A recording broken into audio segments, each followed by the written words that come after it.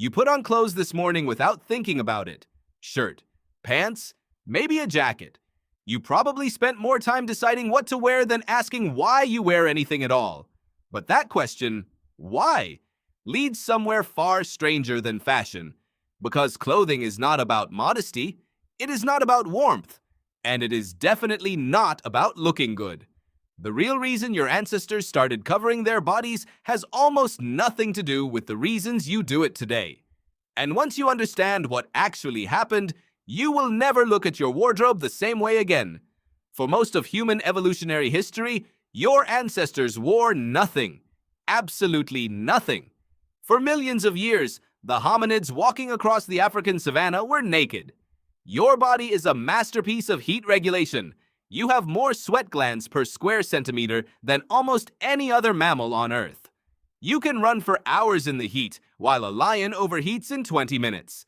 Clothes, in that environment, would have been a burden. So when did everything change? And why? The first clue came not from fossils, but from lice. In 2003, researcher Mark Stoneking at the Max Planck Institute published a study using the DNA of lice to date the origin of clothing. Head lice live in hair, body lice live in clothing.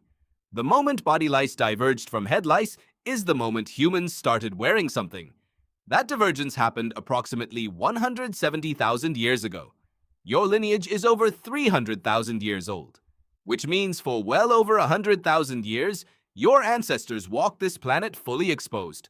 So what happened 170,000 years ago? The climate collapsed. Not metaphorically, literally.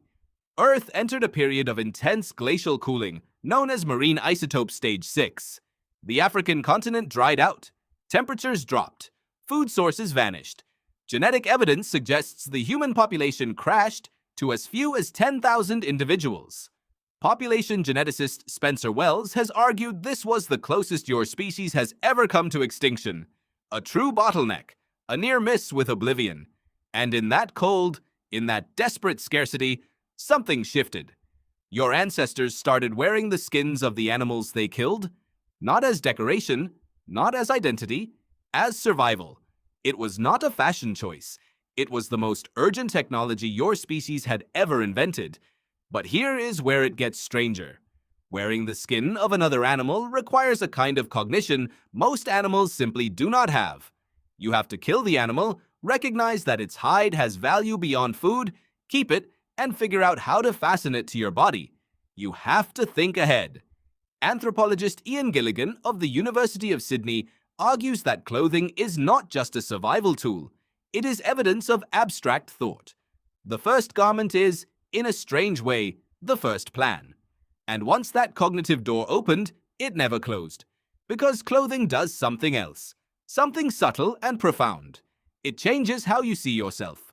The moment you cover your body, you create a boundary between what is you and what is the world.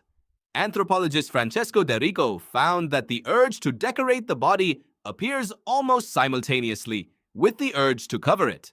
Ochre, shell beads, pierced teeth, as if covering led immediately to adorning. As if the question, "What am I wearing?" immediately became, "How do I want to look?" You have been asking that same question every morning since. Now here is the counterintuitive twist almost no one talks about. Clothing may have actually made early humans weaker. Physiologically, when you wrap your body in insulating material, you reduce the pressure on your own heat regulation system. Your tolerance for temperature extremes narrows because the technology compensates for your biology.